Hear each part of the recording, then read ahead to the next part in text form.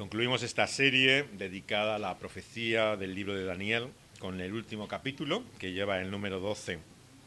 Dice así, Daniel 12. En aquel tiempo se levantará Miguel, el gran príncipe que está de parte de los hijos de tu pueblo, y será tiempo de angustia, cual nunca fue desde que hubo gente hasta entonces. Pero en aquel tiempo será libertado tu pueblo, todos los que se hallen escritos en el libro, y muchos de los que duermen en el polvo de la tierra serán despertados, unos para vida eterna y otros para vergüenza y confusión perpetua. Los entendidos resplandecerán como el resplandor del firmamento, y los que enseñan la justicia a la multitud como las estrellas a perpetua eternidad. Pero tú, Daniel, cierra las palabras y sella el libro hasta el tiempo del fin. Muchos correrán de aquí para allá, y la ciencia se aumentará. Y yo, Daniel, miré, y he aquí otros dos que estaban en pie, el uno a este lado del río, y el otro al otro lado del río. Y dijo uno al varón vestido de lino que estaba sobre las aguas del río: ¿Cuándo será el fin de estas maravillas? Y oí al varón vestido de lino que estaba sobre las aguas del río, el cual alzó su diestra y su siniestra al cielo, y juró por el que vive por los siglos, que será por tiempos y la mitad de un tiempo. Y cuando se acabe la dispersión del poder del pueblo santo, todas estas cosas serán cumplidas. Y yo oí, mas no entendí, y dije: Señor mío, ¿cuál será el fin de estas cosas? Él respondió: Anda, Daniel, pues estas palabras están cerradas y selladas hasta el tiempo del fin. Muchos serán limpios y emblanquecidos y purificados. Los impíos procederán impíamente, y ninguno de los impíos entenderá. Pero los entendidos comprenderán. Y desde el tiempo que se ha quitado el continuo sacrificio hasta la abominación desoladora, habrá 1290 días. Bienaventurado el que espere y llegue a 1335 días. Y tú irás hasta el fin y reposarás, y te levantarás para recibir tu heredad al fin de los días. Vamos a hablar con Dios, vamos a orar para que Él nos hable también a nosotros en esta mañana. Oh Dios, te queremos pedir que tú te acerques a nosotros una vez más, que como has hecho, Señor, una y otra vez, te acerques a nuestra ignorancia, a nuestra incomprensión y confusión, y traigas con tu luz claridad y entendimiento a esta tu palabra. Que podamos, Señor, recibir aquello que podemos conocer y estar también satisfechos, Señor, y en confianza de ti, en aquello que no entendemos y comprendemos totalmente. Señor, ayúdanos a recibir tu palabra como tu siervo Daniel, y a encontrar también, Señor, la dirección y la guía en nuestras vidas también, cada uno de nosotros en su situación y circunstancias. Te lo pedimos en el nombre de aquel que vino a nosotros y nos ha revelado quién tú eres, Dios hecho hombre, Cristo Jesús. Amén.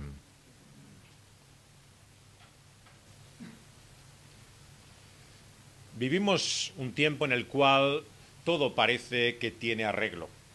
Ante la realidad de lo que parecen constantes evidencias y señales de los problemas que vivimos en esta vida y en este mundo, siempre parece haber una solución. Desde nuestros propios cuerpos, si tienes mal la dentadura, te colocas un aparato, si no te gusta cómo eres, te lo operas, que hay intervenciones también cosméticas para ello. Hasta cualquiera de los problemas emocionales o psicológicos parecen tener solución por medio de su debido especialista. Para incluso los grandes males estructurales de nuestra sociedad, muchos pretenden ofrecer remedios. Es cierto que tal vez todavía no tengamos para alguno de ellos, que haga falta todavía más tiempo, más desarrollo de la ciencia y del conocimiento, pero sin duda que el optimismo pragmático de muchos de los que nos rodean parece dar la impresión que todo será cuestión de tiempo, que finalmente encontraremos arreglo para cualquier cosa que ahora no funciona. Sin embargo, la realidad de lo que experimentamos y vivimos en nuestra vida es que hay muchas cosas que no tienen arreglo. Y la teoría optimista de aquellos que pretenden que todo tiene solución se enfrenta una y otra vez con un mundo como el nuestro, un mundo roto, quebrado, que no tiene fácil solución. Y por eso es que la palabra de Dios nos muestra que la única esperanza que tiene este mundo y cada uno de nosotros es ser hechos de nuevo, creados, recreados, vueltos a nacer. No hay posibilidad de arreglo, de remiendo, de poder encontrar una solución con la cual reparar aquello que está roto irremediablemente. Por esto la visión que nos da la fe cristiana no es ni optimista ni pesimista, lo que es realista. Y lo que nos dice es que no podemos esperar que el mundo sea mejor al empezar este año y en la generación que nos ha tocado vivir. Pero Dios tiene también la respuesta al problema del hombre. Y esta es la buena noticia, la esperanza que puedo compartiros hoy, en esta mañana. Vemos aquí que Daniel necesitaba esa palabra y nosotros también con él. En aquel momento el pueblo judío había vuelto, de acuerdo a aquellas profecías cumplidas por el decreto de Ciro, a la tierra prometida. Estaban allí reconstruyendo la ciudad, pero de repente surgía el desánimo. Había gran oposición. La obra no progresaba como ellos esperaban. Y entonces Daniel está lleno de preguntas, confuso y perplejo como todos nosotros. Había recibido promesas de Dios, pero se enfrenta con la realidad presente. Como dice el profeta Isaías, Dios había anunciado cielos nuevos y tierra nueva en los cuales mora la justicia. Jeremías había dicho que Dios haría un nuevo pacto, que pondría la ley escrita en los corazones de los hombres. Ezequiel había profetizado también que por su Espíritu Santo cambiaría nuestro corazón de piedra por un corazón de carne. Pero el pueblo de Dios era desobediente, seguía viviendo en infidelidad. Y por eso Daniel se pregunta, ¿hasta cuándo, Señor? ¿Hasta cuándo tenemos que esperar para que se cumplan tus promesas?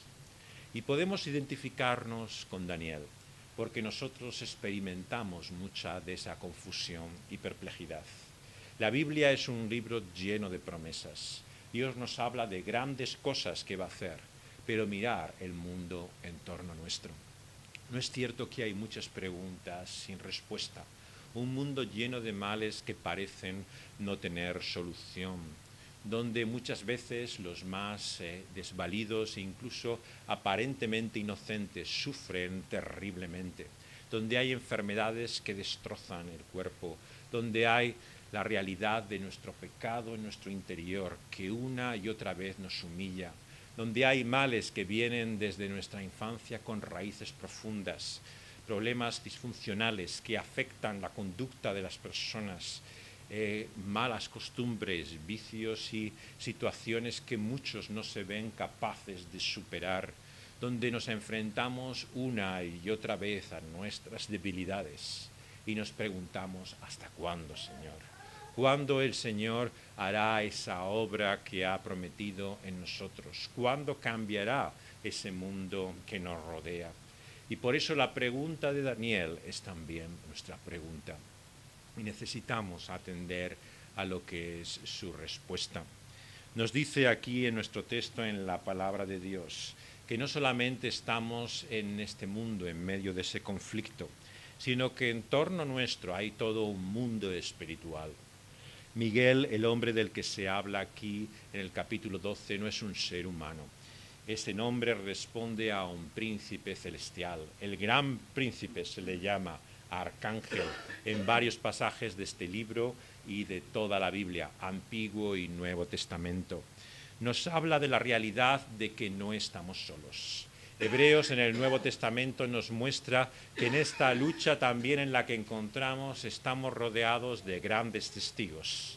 Testigos que no son solamente humanos, sino espirituales, que atienden no solamente a ese conflicto participando en él, sino que son también como observadores y parte incluso de esta lucha.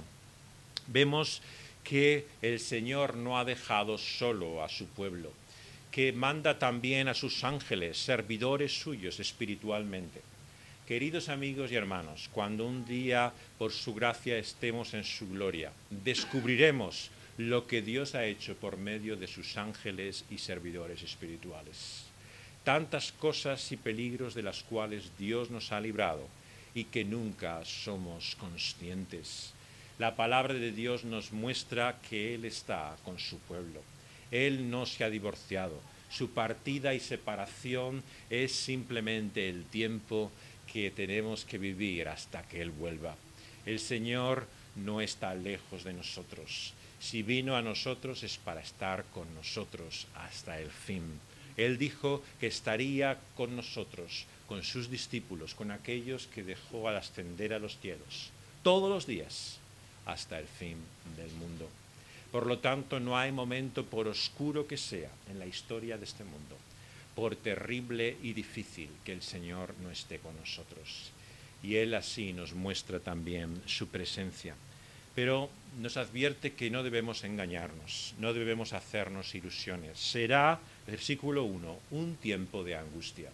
Una y otra vez la Escritura nos muestra de principio a fin que el tiempo en que estamos viviendo, un tiempo entre tiempos, si queremos decirlo, entre este final en el cual consumará su obra y el tiempo último en el cual ha venido Cristo, en este momento entre el ya y el todavía no, conocemos tribulación, angustia y aflicción. Y quien lo niegue no entiende realmente lo que la palabra de Dios enseña. Por eso es que un cristianismo, un evangelio que lo que ofrece es solamente paz, alegría, prosperidad, salud y felicidad, cierra los ojos a cada una de las advertencias de la Escritura, de principio a fin. El Señor advierte a Daniel que si conoce aflicción, la seguirá conociendo hasta el tiempo que Él ha determinado. Por lo tanto, no os dejéis desviar por las falsas enseñanzas de aquellos que predican un evangelio de felicidad cuando el Señor no ha prometido tal cosa en el tiempo que ahora estamos. Realistamente nos muestra que conoceremos ahora y por este tiempo tribulación y angustia. Dice, cual nunca fue desde que hubo gente hasta entonces. Pero en aquel tiempo será libertado tu pueblo, todos los que se hallen escritos en el libro. La esperanza cristiana es que el Señor nos librará de la aflicción, pero lo hará a su tiempo, cuando Él lo ha determinado, y no antes. Por lo tanto, el Señor nos lleva una y otra vez a confiar y a creer que si bien es cierto que sufrimos y conocemos la aflicción y el dolor presente, el Señor ha establecido un tiempo, ha establecido el momento de nuestra liberación, el día de la redención. Y el Señor nos dice también, como vemos aquí, que aquellos que están escritos en su libro, en el libro de la vida, el libro del Cordero que en la revelación final, Apocalipsis, abrirá, estarán seguros y confiados en su mano. La enseñanza de la profecía bíblica, todos los pasajes apocalípticos como esto, son mensajes de seguridad y consolación. No es una llamada para inquietar, angustiar y quitar toda seguridad al creyente, sino todo lo contrario. Si el Señor nos ha dado esta profecía es para que creamos y confiemos en Él, no para que tengamos miedo, sino seguridad. Por lo tanto, tenemos que amar las profecías de la palabra de Dios, porque nos hablan de que Dios está con nosotros, de que Él acabará lo que Él ha empezado, de que el Señor nos tiene en sus manos desde el principio hasta el fin, que si hemos sido redimidos por su sangre, hemos sido nuestros nombres escritos en el libro de la vida, y que si está sellado ese libro es para seguridad y certeza de que en el futuro, cuando ese libro sea abierto y los nombres que allí están escritos sean revelados, tengamos la seguridad de que aquel que nos ha amado desde el principio, desde antes de la fundación del mundo, nos salvará también al final. Es un mensaje de confianza, de seguridad, de aliento. Y nos dice que esto significará la resurrección de la carne. muchos de los que duermen en el polvo de la tierra serán despertados. Quien dice que la palabra de Dios, incluso en el Antiguo Testamento, no tiene esperanza más allá de la muerte, no ha leído la profecía bíblica. No conoce siquiera lo que nos muestra tanto el Antiguo como el Nuevo Testamento. Dios nos ha dado una vida en Cristo Jesús que es eterna. Él no conoce otra vida que no sea esa. Quien reduce y limita la vida de Dios en Cristo Jesús a una experiencia que uno puede tener y perder, que uno puede experimentar un tiempo y al mismo tiempo vivir en la constante amenaza y miedo de perderlo. No conoce la vida que Cristo nos da. La vida que Cristo nos da es eterna. Y le dice el Señor Jesús en el Evangelio a aquellos sus contemporáneos, porque Dios es el Dios de Abraham, de Isaac y de Jacob, el Dios que resucita a los muertos, el Dios para el cual aquellos que han dormido están ya presentes en la presencia y comunión de Dios vivo. Es la esperanza cristiana, una esperanza, fijémonos bien, física y material. Cuidado, dice Primera de Corintios, con aquellos que dicen que la resurrección es algo fundamentalmente espiritual, que solamente es la experiencia de un nuevo nacimiento, de un renacer y resurgir a esa vida y conciencia espiritual. Es una grave desviación desde el principio de la historia de la Iglesia. El Señor nos enseña que lo que esperamos no es la inmortalidad del alma, no es simplemente pervivir después de la muerte, de que te haya una conciencia o incluso memoria en otras personas o en Dios mismo de quiénes somos. Esperamos la resurrección de los muertos. Eso es lo que Cristo Jesús nos enseñó. Si Él se levantó de los muertos, dijo también que muchos con Él se levantarán a esa nueva vida. El apóstol Pablo dice, escribiendo a los Corintios en su primera carta, capítulo 15, que si no tenemos la esperanza de la resurrección de los muertos, somos los más dignos de conmiseración de todos los hombres, porque tendremos toda la esperanza espiritual que queramos, pero nada de la confianza que nos da la vida física y material que Dios nos promete. Por lo tanto, es importante una y otra vez encontrar nuestro consuelo ante la pérdida, una y otra vez, la realidad de la muerte brutal y cruda que vemos que en nuestro propio cuerpo, como un principio y fuerza, va actuando por medio de la enfermedad y la debilidad. Es cierto que nuestros cuerpos se derrumban, pero igual de cierto es que Dios los levantará de los muertos. Y por lo tanto tenemos que ver esa realidad a la luz de esas promesas de esperanza eterna.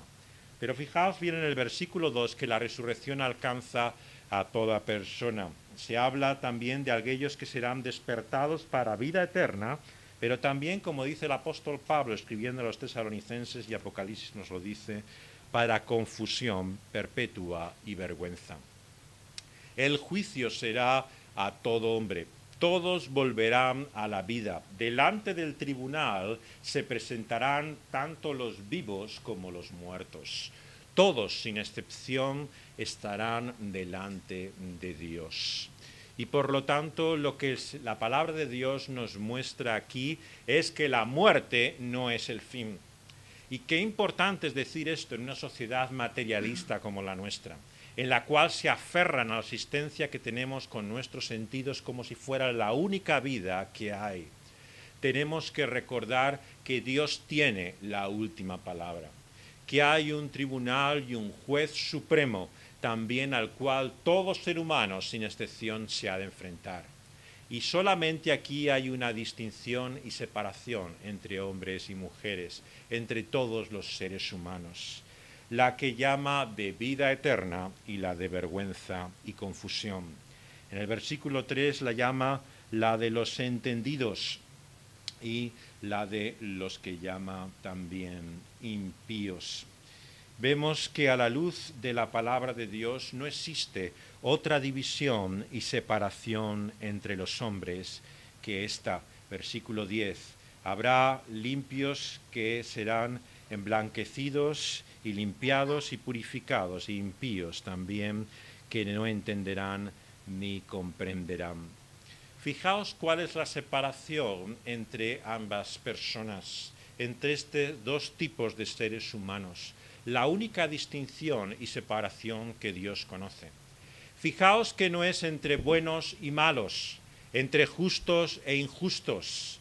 La separación es entre aquellos que tienen entendimiento, conocimiento, sabiduría de Dios y son limpiados, emblanquecidos y purificados por la obra de Dios.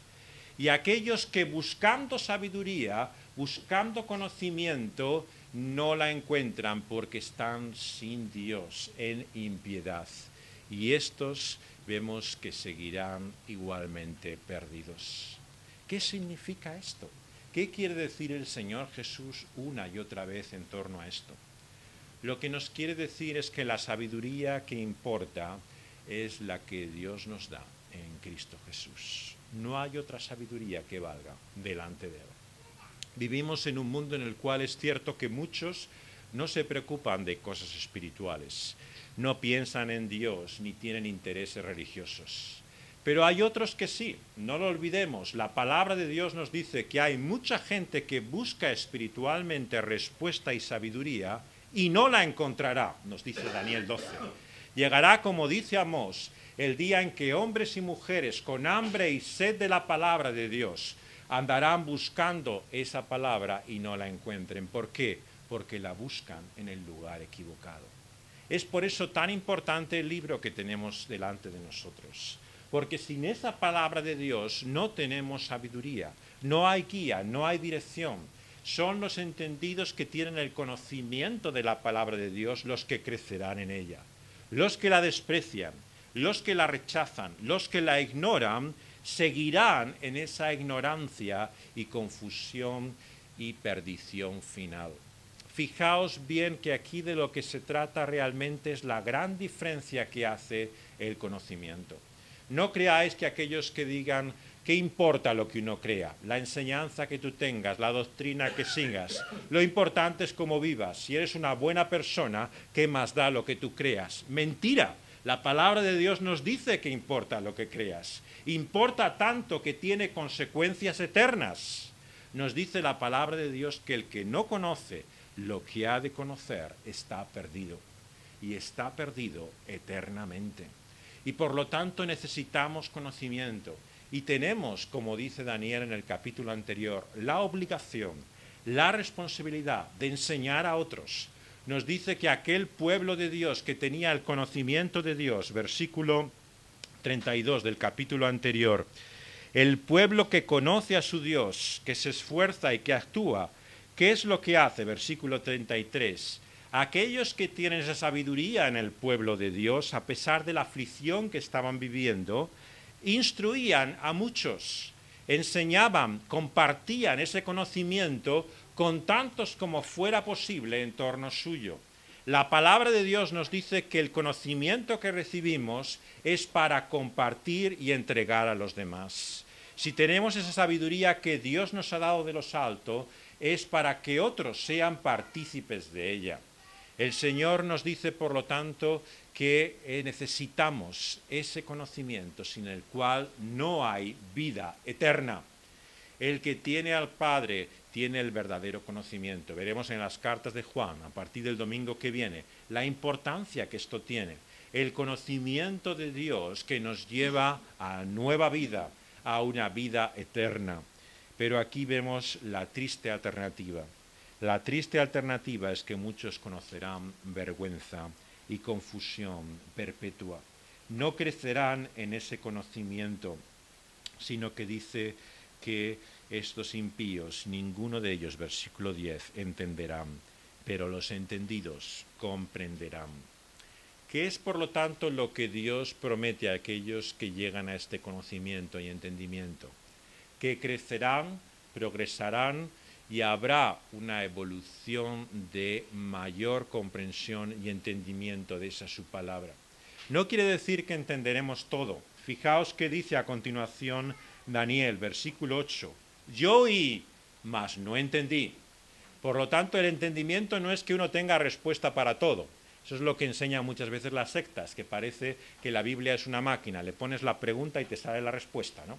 Esto no es lo que nos ha dado Dios en su palabra, no es una máquina para tener una respuesta automática a lo que queramos. Aquí hay dos preguntas que se hacen a Dios. ¿Cuándo? Dice el versículo 6, ¿cuándo será ese fin? Y el versículo 8, ¿cuál o cómo será ese fin? Y la respuesta que Dios le da a Daniel le deja aún con más preguntas que tenía antes. Sobre la primera dice, he oído pero no he entendido. La respuesta que tú me das le dice a la primera pregunta del versículo 6. Y a continuación la segunda respuesta que le da en el versículo 8 sobre el cómo, todavía los comentaristas de la Biblia siguen reconociendo su perplejidad sobre las cifras que aquí se dan. Por lo tanto, quien piense que tener ese conocimiento y entendimiento es tener una claridad total de lo que Dios nos ha revelado, se equivoca. No habla de la sabiduría del mundo, no habla del conocimiento que lleva la soberbia o el orgullo, sino de precisamente el que orábamos y pedíamos a Dios en esta mañana. El conocimiento que nos humilla, que nos muestra necesidad y dependencia de Él, que nos lleva una y otra vez a reconocer que Él es sabio y nosotros ignorantes, que Él tiene el conocimiento y nosotros estamos perdidos sin Él, sin fuerzas, porque en su conocimiento está nuestra fuerza. Y nos dice que llegará un día en que esos entendidos resplandecerán, como el resplandor del firmamento, los que enseñan la justicia a la multitud, como las estrellas a perpetua eternidad. Nos anuncia la palabra de Dios, como dice Pablo en la primera carta a los Corintios, que llegará un momento en que conoceremos como somos conocidos. Seremos transformados por el conocimiento de la presencia misma de Dios. Y por lo tanto Dios nos dice, cuando ese conocimiento perfecto llegue a nosotros, nosotros mismos seremos totalmente cambiados por Él, porque conoceremos como somos conocidos. Ahora vemos como en un espejo, dice 1 Corintios 13, en parte, parcialmente. Por eso cuidado con el orgullo de tener la doctrina sana y verdadera. ¿Cuántas denominaciones y tradiciones cristianas se enorgullecen en su soberbia de tener la teología correcta? Y lo que hacen es alimentar su orgullo y vanidad humana. Quien tiene la doctrina y teología correcta es Dios en su palabra. Pero nosotros todos padecemos del conocimiento parcial, realmente lejos de la perfección y pureza que Dios nos da. Por lo tanto, tenemos que confesar como Daniel que hay mucho que nos queda por entender y conocer. Y nadie será salvo por la pureza de su doctrina, por la perfección de su conocimiento, sino por entender lo que necesitamos entender y conocer lo que deseamos conocer. Que Dios es quien tiene tanto la sabiduría como el poder para librarnos de nuestra perdición en Cristo Jesús. Él es toda la sabiduría encarnada que encontramos en Proverbios, humanada, hecho hombre, viniendo a nosotros en Cristo Jesús. En Él está todo el conocimiento de Dios, está su sabiduría perfecta. Por eso quien tiene a Cristo tiene todo lo que necesita tener. ¿Y qué nos dice a continuación Daniel aquí en su profecía? Dios le dice en el versículo 4, pero tú, Daniel, cierra estas palabras, sella el libro hasta el tiempo del fin, porque muchos correrán de aquí para allá y la ciencia se aumentará. ¿Qué quiere decir? No quiere decir que el cristianismo sea un conocimiento oculto, secreto, una doctrina gnóstica con G antes de la N, como el conocimiento de una minoría privilegiada, que está ahí guardado, escondido, para que nadie más se entere, y que nosotros lo mantenemos hasta el día en que Él venga. Lo que nos quiere decir aquí es que Dios tiene un propósito y decreto eterno en el cual está su sabiduría, y Él la guarda hasta el final. Ese cerrar del libro es que llegue al futuro generación tras generación esa su voluntad perfecta guardada. Muchos correrán de aquí para allá, pero su ciencia y su conocimiento aumentará pero no de acuerdo a esa sabiduría y conocimiento de Dios. Se contrapone la sabiduría de Dios con la sabiduría de los hombres. Porque dice el apóstol Pablo también que lo que para los hombres es sabiduría y conocimiento, para Dios no es nada. Es precisamente en la locura de la buena noticia del Evangelio que Dios nos salva. ¿Cómo seremos salvos sino en la manifestación de Dios en Cristo Jesús, entregándose por nosotros en aquella cruz del Calvario? Locura para el mundo, pero la sabiduría de Dios es más fuerte que la sabiduría de los hombres. Tiene poder para salvarnos. Por lo tanto, vemos que el único conocimiento que necesitamos es el que viene de Dios en Cristo Jesús. A partir del verso 5, ve Daniel a estos dos varones, al lado del río uno y otro al otro. Y están las dos preguntas en las que se centra esta meditación de este texto. La pregunta de cuándo y la pregunta del cómo, versículos 6 y 8.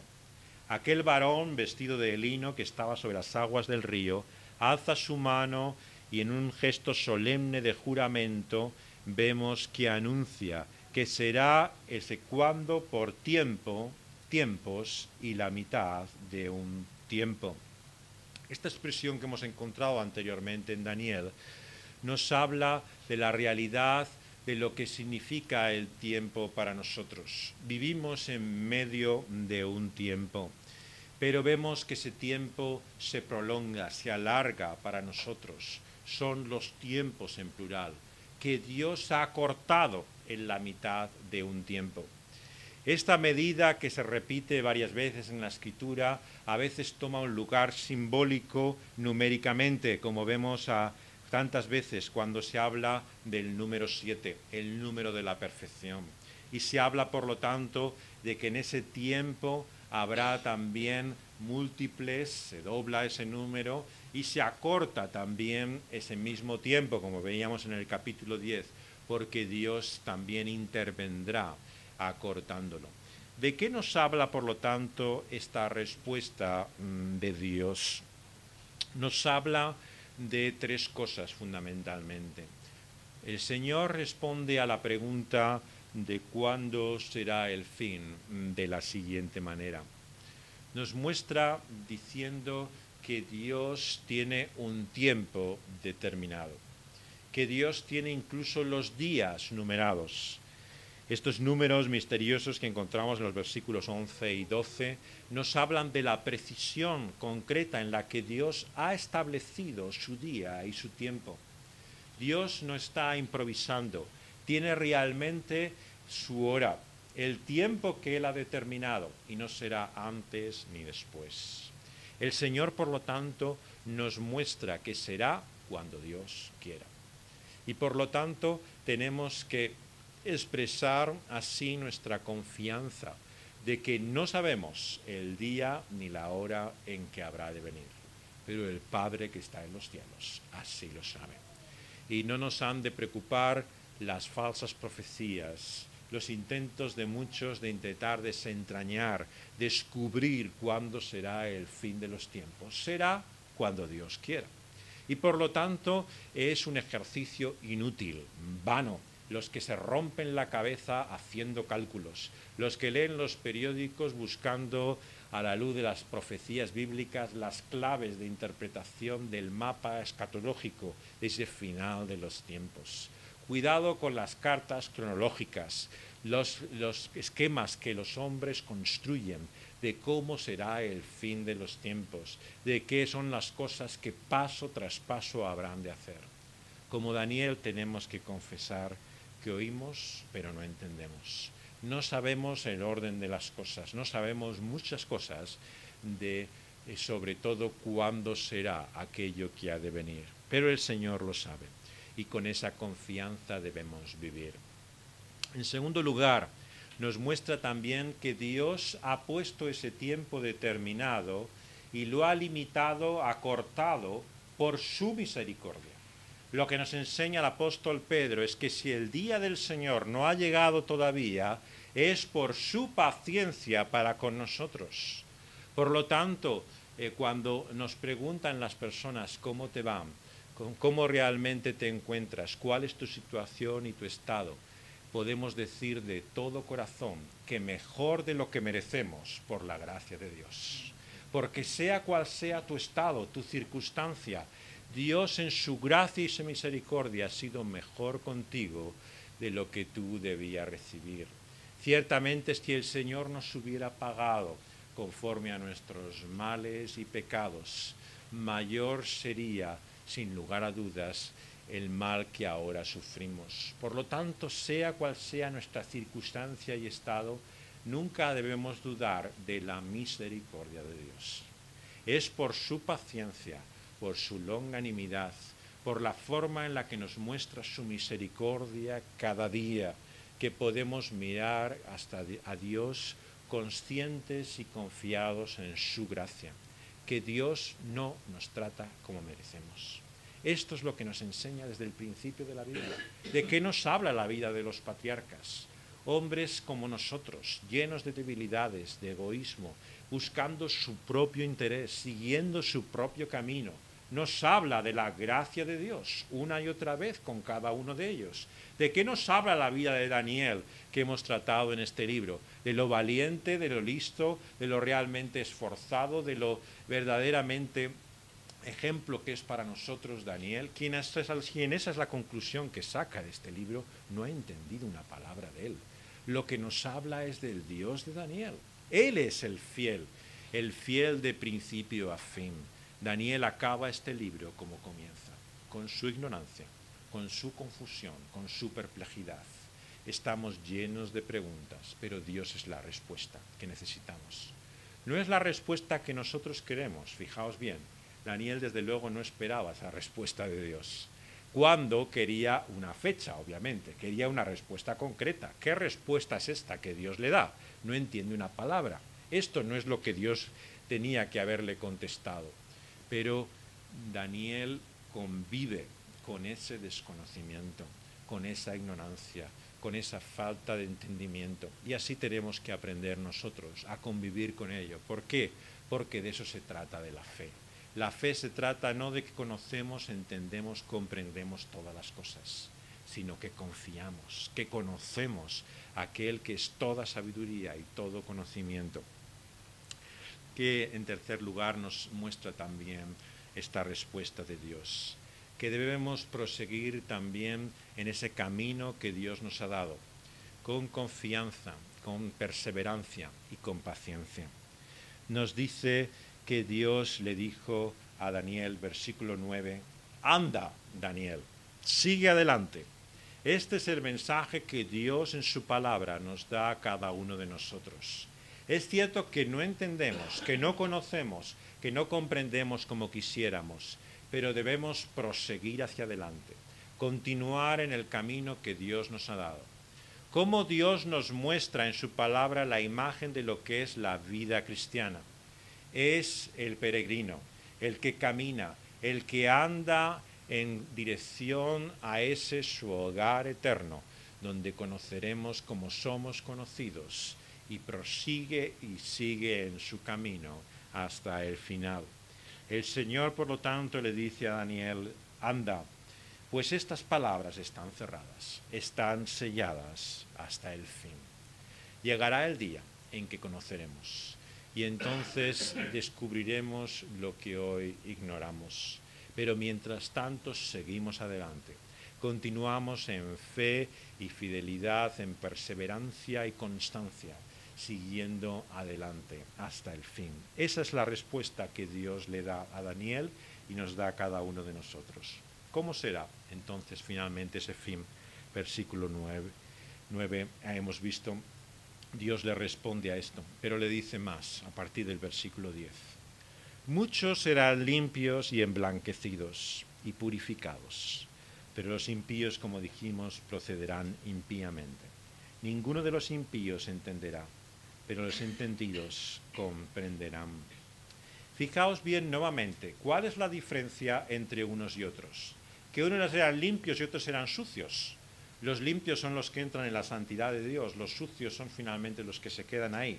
No, que siendo los dos sucios, unos serán limpios y emblanquecidos, mientras que los otros seguirán sin el conocimiento, la guía, la dirección y sabiduría de Dios.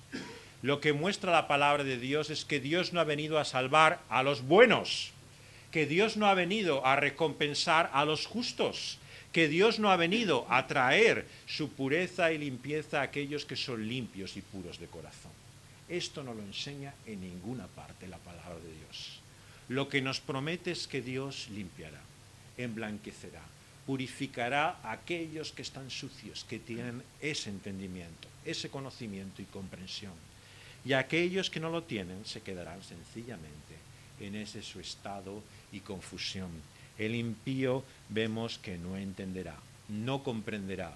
¿Y qué es lo que le hará, por lo tanto, ser perdido en ese juicio, en la sentencia justa de Dios que todo hombre merece, de acuerdo a su culpa? Lo que le hará realmente estar perdido en ese juicio será esa falta de desconocimiento, de fe, de lo que significa realmente el propósito de Dios. Es esa la realidad del juicio de Dios para aquel que no tiene Dios. El que no tiene ese entendimiento se encontrará perdido en ese día del juicio, no comprenderá. Qué importante, por lo tanto, es que tengamos ese conocimiento y que lo compartamos con otros, que podamos dar a otros esa sabiduría, esa guía que hemos recibido de Dios. Porque no lo olvidemos, esto es una obra de la gracia de Dios. Ninguno de nosotros merece ese conocimiento. Si lo recibimos es porque Dios así lo ha querido. Y por lo tanto, lo que no es nuestro, también debemos así verlo como una señal de la gracia de Dios para compartir a otros, para dar a otros, para recibir esa misma fe que nosotros tenemos en Cristo Jesús. Y nos dice que así, desde el tiempo en que se ha quitado el continuo sacrificio hasta la abominación desoladora, había esa cifra, 1290 días, y el que espera será bienaventurado, que llegue 1335 días. Muchos han esforzado en estos cálculos de días en encontrar la fecha que le llevaría a lo que sería la destrucción final del Templo de Jerusalén. Muchos intérpretes y comentaristas entienden realmente esta profecía anunciando lo que va a ser la destrucción finalmente por los romanos que hubo el año 70 después de Cristo. Pero esto no es más que un anuncio de lo que es una abominación y desolación mayor.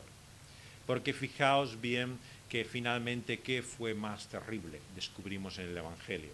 Que el templo fuera arruinado y derruido, que el altar fuera profanada, o que el Hijo de Dios, que vino a salvar a este mundo, fuera colgado en el madero, despreciado por los hombres. Aquellos que vino a rescatar le entregaran aquella muerte atroz y cruel. La palabra de Dios nos muestra una desolación aún mayor que había de venir y que Daniel no podía ser siquiera consciente. Pero el Señor nos muestra que esto no será el fin. Dios obrará por medio de aquel que se entregó en aquella cruz la salvación, por medio de Cristo Jesús. Fijaos, por lo tanto, cómo Dios entonces finalmente nos salva. ¿Cómo puede ser arreglado este mundo? ¿Cómo puede tantas cosas, nuestra propia vida, que parece sin solución, encontrar finalmente una esperanza? La respuesta que nos da el versículo 7 es muy esclarecedora. Nos dice que cuando se acabe la dispersión del poder del pueblo santo, todas estas cosas serán cumplidas. Muchos nuevamente han querido aquí interpretar esa dispersión a la luz simplemente del desarrollo del pueblo judío. Hablaban de la diáspora, de lo que podía ser la reunión del pueblo judío. Pero hay un sentido mucho más profundo en el cual la palabra de Dios nos habla de su pueblo que simplemente el destino de lo que fue el pueblo judío a lo largo de los siglos. Nos habla de cómo Dios obra, cuál es el principio que actúa siempre en su pueblo. Y fijaos que es el principio de que por su sufrimiento, por su aflicción, su pueblo será purificado. Y esto es realidad tanto para el pueblo judío como para el pueblo gentil. Nos dice el apóstol Pedro que nuestra fe es puesto a prueba como en un horno de fuego puede ser puesto un metal precioso como el oro. Refinado, así es mostrado su pureza por medio de la prueba y de la aflicción. Lo que Dios nos dice es que Dios hace que seamos limpios y purificados, no por medio de las aflicciones y pruebas en sí. Este es otro error también que con frecuencia encontramos. La aflicción y la prueba no tienen un efecto purificador en sí mismo. La prueba es que cuando tienen problemas, quien está sin Dios o puede acercarse a Dios o puede alejarse de Él.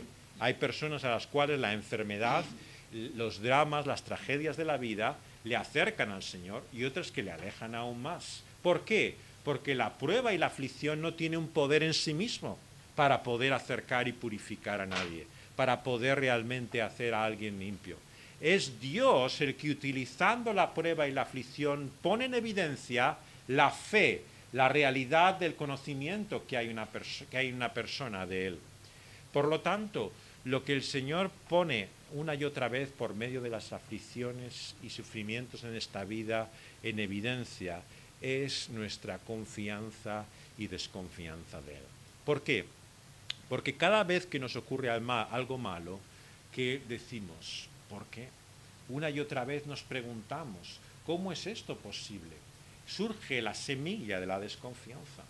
La aflicción y la prueba ponen en duda todo lo que nosotros conocíamos hasta entonces y nos lleva a cuestionar realmente si verdaderamente creemos y confiamos en un Dios bueno, en un Padre todopoderoso. Pero el mensaje de la palabra de Dios es que aquellos cuyos nombres están escritos en el libro de la vida confiarán, creerán en Dios y proseguirán en ese camino en las manos de ese Padre amante que los llevará hasta el fin. Por lo tanto, Dios tiene un propósito también en medio de la prueba, en medio de la aflicción. En el horno también de su fuego encontramos el refinamiento de lo que significa ser libre de tantas impurezas y suciedades. Eso no significa que cuando moramos los creyentes somos más santos que otras personas. Lo que quiere decir es que nuestra fe, nuestra confianza será mayor a medida también que experimentamos esa aflicción. ¿Por qué? Porque vemos nuestra dependencia de Él. Cuando está en una cama uno, en el lecho de dolor, cuando está lleno de enfermedad, cuando no tiene ni la mente ni la cabeza siquiera para poder leer la palabra de Dios, descubre uno su propia fragilidad. Descubre uno que no es nada delante de Dios. Se ve impotente, se ve absolutamente lleno de la debilidad en la cual nos encontramos ante ese Dios todopoderoso. Y Dios obra por medio de esa conciencia muchas veces para volver a Dios, para llegar a Él. ¿Por qué oramos por los enfermos? No solamente porque esperamos su salud o sanidad, que Dios puede curar al enfermo, sino porque creemos que Dios en la enfermedad puede obrar, que esa fe que tenemos crezca, que ese conocimiento de Dios nos lleve a una confianza real de Él. Y por eso oramos los unos por los otros, en nuestra debilidad, en nuestra aflicción, en nuestros problemas, porque Dios nos está mostrando dónde está nuestra seguridad. Cuando uno ha dependido de los otros, de sus familiares, cuando uno ha estado confiado en su trabajo, en la posición social que tiene, cuando uno vive realmente rodeado de esperanzas vanas e inútiles, y viene el golpe, viene la aflicción, viene la tragedia en tu vida, te das cuenta que no tienes nada. ¿De qué te sirve realmente todo aquello en lo que has confiado, en lo que has basado tu vida? Te ves desnudo, te ves totalmente débil e impotente. Y es por eso que Dios entonces nos muestra quién es nuestro Dios. Nos muestra en quién podemos confiar. Y la buena noticia final con la que acaba nuestro texto es que aquel que confía en Dios, como dice también Apocalipsis, vemos que quien persevere en esa fe y fidelidad hasta el final encontrará el descanso, el reposo eterno. ¿Cuánto se ha hablado del descanso eterno en la historia de la Iglesia? ¿Cuántos padres en la antigüedad han esperado y confiado finalmente descansar y reposar? ¿Qué nos dice eso finalmente sobre el propósito último de Dios? Que no somos salvos, queridos amigos y hermanos. Entendámoslo de una vez y para siempre, por nuestras obras y esfuerzos. Quien piensa que la salvación de Dios es esforzarse, perseverar, trabajar, afligirse y hacer un ejercicio y exhibición total realmente de fortaleza por medio de la forma en que renunciamos, renegamos a tantas cosas en esta vida, no ha entendido de lo que se trata la salvación de Dios. La salvación de Dios es el descanso que Dios ha prometido a su pueblo. Eso es lo que desde el principio en el Éxodo le prometió a su pueblo, que entraran en el descanso eterno de Dios, que era la tierra prometida en la cual debían entrar, sino el descanso de toda aquella aflicción que habían conocido en Egipto. Hebreos nos dice que finalmente no fue para ellos el descanso eterno. Entraron en aquella tierra, pero no reposaron como todavía el pueblo de Dios tiene que entrar en ese reposo eterno. El propósito de Dios es que encontremos finalmente el descanso y reposo que viene de Él, que seamos libres finalmente de toda angustia, de toda aflicción, de toda tensión, porque no es esto lo que marca nuestra vida hoy.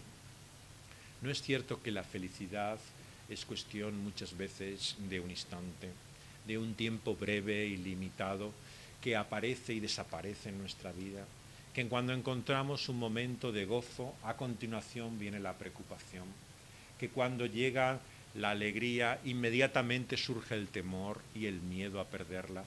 Constantemente vivimos en ese cansancio, ese agobio, en esa sensación realmente que nos oprime una y otra vez, como una carga que inquieta nuestra vida. Pero el Señor nos dice que hay descanso, reposo. ¿Y dónde está ese reposo? Tras la resurrección, te levantarás para recibir ese reposo y heredad eterna.